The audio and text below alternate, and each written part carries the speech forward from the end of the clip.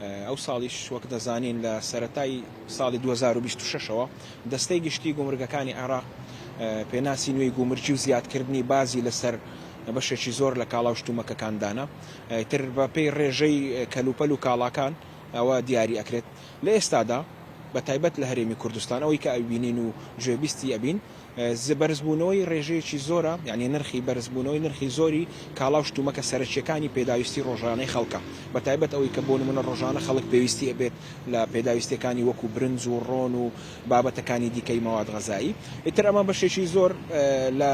بازارەکانی هەرێمی کوردستان لە ئێستادا ڕنگدانەوەی لەسەر دروست بووە و هاوڵاتیانیش بۆتە هۆی نیگەرانی هاوڵاتیان بە تایبەت لە ئێستادا کە نزیک بووینەتەوە لە مانجی پیرۆزی ڕەمەزان جا لەسەر ئەو بابەتە و کاریگەریەکانی و بەردەوامی ئەو باز و بابڵێن گرانبوونی بازاردا من لەگەڵ دکتۆر نەوزات هەماوەندی قسەکەم کە پسپۆڕی بواری ئابوووریە بزانیاری زیاتر لە وەرەگرم سڵاوت لێ بکات دکتۆر ئەو کاتت باش پێمان بڵێ ئەو کاریگەریە بەردەوامە بێت چۆن ئەوەی کە تو تێبینیت کردووە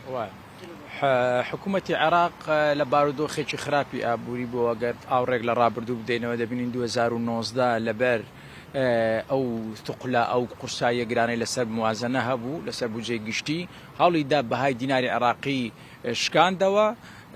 بۆی داهاتەکەی زیاد بکات تا ڕادەیەکی سەرکەوتوو و توانی احتیاتەکەی بەرز بکاتەوە بەڵام لە ئێستادا عەجز و کورتێنانێکی بەردەوامی هەیە ساڵانە لە پرۆژەی یاسای بودجە و ئەمە کاریگەریێکی تەواوی دروست کردێ بۆی حکوومەتی عێراق چاوەڕێی یا لە دەرفەتێک دەگەڕێ بۆ چۆنیەتی بەرزکردنەوەی داهات و کەمکردنەوەی ئەو خەرجیانێ و خەرجە سیادیەکانی ئەوەندە زۆرن ناتوانێ خۆی لێی دوور بگرێ وەکو موچە و موچەی خاننشینان و هاوکاری کۆمەڵایەتەکان ئەمانە ناتوانێ حکوومەت لێیدا چونکە ئەوانە مەسروفاتی سیادین و بەرنامەی ئیسکۆدا بەرنامەیەکی نێودەوڵەتیەوە ئەو ڕێژە بازێ دەخاتە سەر بازرگانان لەسەر کەلوپەل و پێداویستە سەرچەکانی هاوڵاتیان کە لە دەرەوەی وڵات هاوردە دەکرێت کاریگەری زۆر لەسەر هاوڵاتیان دروست دەکات بە تایبەتی لەسەر موچەخۆران چونکە تاکە سەرچاوی داهاتیان محەددەدا و کاریگەری لەسەر ئیقلیمیش دروست دەکات ئەمە جۆرێکە لە فەشەلی ئیداری و جۆرێکە لە دوورخستنەوەی بازرگانە بیانیەکان لە بازاری عراقی و حالەتێکی تریش دروست دەکات لایەنە خراپەکەی وا دەکات بازرگانان خۆیان دوور بکردنەوە لە یاخۆ دزینەوە لە باج ئەمە مەم ڕێژەیەکی بەرچاو دروست دەبێ و ئەو کەلوپەلانەی کە لە ناوخۆش بەرهەم دەهێنرێ وەکو کەرستە خاوەکانیان کە سەرچاوەکانیان دەرەوەی وڵاتە ئەمانەش کاریگەریان لەسەر وڵاتیان دروست دەبێت نرخەکانیان بەرز دەبێتەوە حالەتی تری زۆر سلبیتر هەیە لەسەر عێراق و هەرێمی کوردستان دروست دەکات و دووبارە شکاندنەوەی بەهای دیناری عێراقیە بەرامبەر بە کەلوپەل و کاڵا کە ئەمە جۆرێکە لە داماڵینی داهاتی تاکە کەس و کەمکردنەوەی داهاتی تاکە کەس کە ئەمە زیانێکی گەورە بە هاوڵاتیان دەگەێنێەوە بارێکی قوڕستر دەخاتە سەرشانی هاوڵاتیان بەگشتی و موچەخۆران بە تایبەتی وەک دەزانین لە ئێستادا لە هەرێمی کوردستان ئەو بڕیارە جێبەجێ نەکراوە وەک ئەوەی کە دەبیسترێت ئەڵێن ئەو بڕیارە لە کوردستان جێبەجێ ناکرێت لە هەرێمی کوردستان بەڵام لە بەندەرەکان کە بازرگانان دەیانەوێت ئەو کەلوپەل و کاڵا بگوازنەوە نرخی بازەکە هەر بەرزە ئایا ئەمە چۆن ئەتوانرێت کۆنتترۆل بکرێت بەڵێ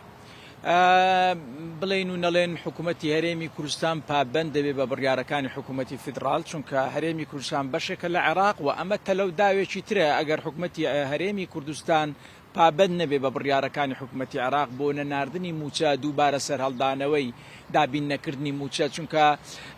من لە زۆر لە مێژە باسی ئەوم کردو کە حکوومەتی عێراق لە قەیرانێکی ئابووری بێسیولەییە ناتوانێت ئەو پارەیە دابین بکە ڕاستە عێراق وڵاتێکی دەوڵەمەندە بەنەوت بەڵام اعتیمادی کولی لەسەر نەوتە و فرۆشی نەوتی ئیستا کەوتۆتە بەر ڕەحمەتی نرخی نەوت ئێستا ڕەنگە لە 2026 نرخی نەوتە خواروی $55 هەر بەرمیلێکدا بەزێ کەواتە عێراق بارە قورسە سەختەکەی ئێستای سەختتر و گرانتر دەبێت بۆیە دەبێ حکوومەتی هەرێمی کوردستانیش پابەندی ئەم بابەتە بێ بۆی حکوومەتی عێراق بە ئاسانی بیانوو نەدۆزێتەوە بۆ نەناردنی موچەی هەرێمی کوردستان و ئەمە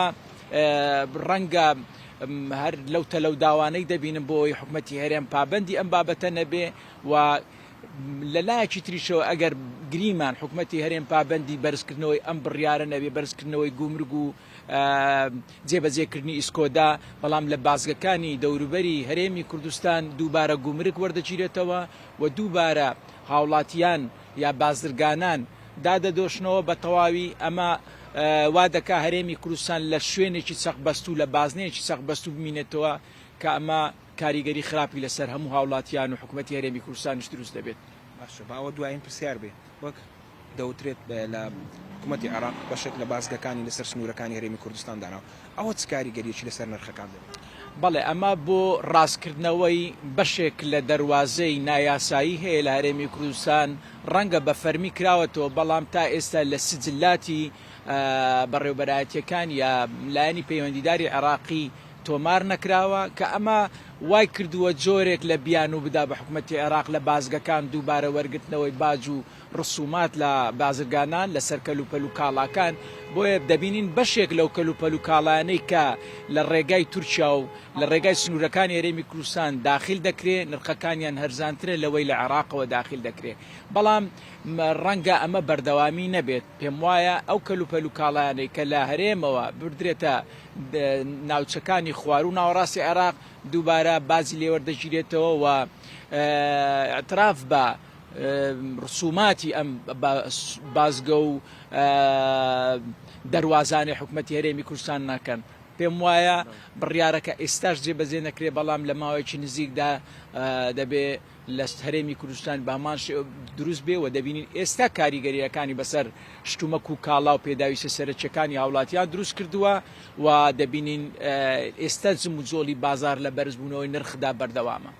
وەک شارەزایەکی ئابووری ئەوەندەی تێبینیەکە یان پێشبینی ئەەکەی ینی جێبەجێ ئەکرێت و چارەسەریش ناکرێت و هەر بەردەوامە بێت. من پێم وایە ئەمە بڕیارە و تازە جێبەجێ دەکرێت لە بەروەی حکوومەتی عێراق لە بارودۆخێکی خراپی ئابووریە و کۆی داهاتەکەی بەشی خەرجەکانی ناکات بۆیە ئەم کورتێنان و ئەم عەجزا بەردەوامی هەبێ عێراق دەگاتە بارودۆخێکی داڕمانی ئابووری بە تەواوەتی بۆیە بیر لە کەمکردنەوەی خەرجەکانی سیادی دەکات و بەرزکردنەوەی داهاتەکەی چونکە ئەمە دوورمەبینە بەیانی نرخی نەوت بە ڕێژەیەکی بەرچاودا بەزێەوە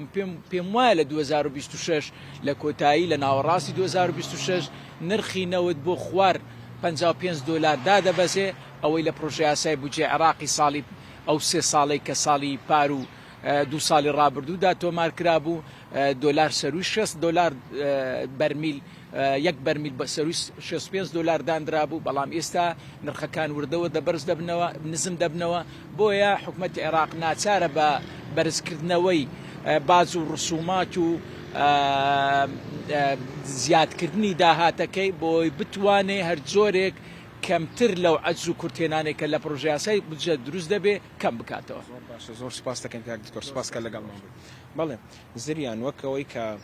دکتۆر ئاماژەی پێدا ئەوەی کە ئێستا ئەگوزارێت وەکو شارەزایەکی ئابووری وا دیارەکە کورتێنانی بەشێک لە بودجەی عێراقا و کورتێنانە لە داهاتی ناوخۆ یان ئەو خەرجێ زۆرانەی کە حکوومەتی عێراق هەیەی وەک ئەویش ئاماژەی پێدا بەداخۆ دیارە ئەڵێت لە ئایندەیەکی نزیک یاخۆ دووردا ڕەنگە هەرێمی کوردستانیش بە ناچاری بچێتە ژێر ئەو بارە و ئەو یاسایی کە هەیە یان ئەو بڕیارەی کە دراوە جێبەجێ بکرێت و ئەمەش بێتە هۆی وەک ئەوەی کە ئێستاش هەیە نرخەکان زیاتر بەرز ببنەوە.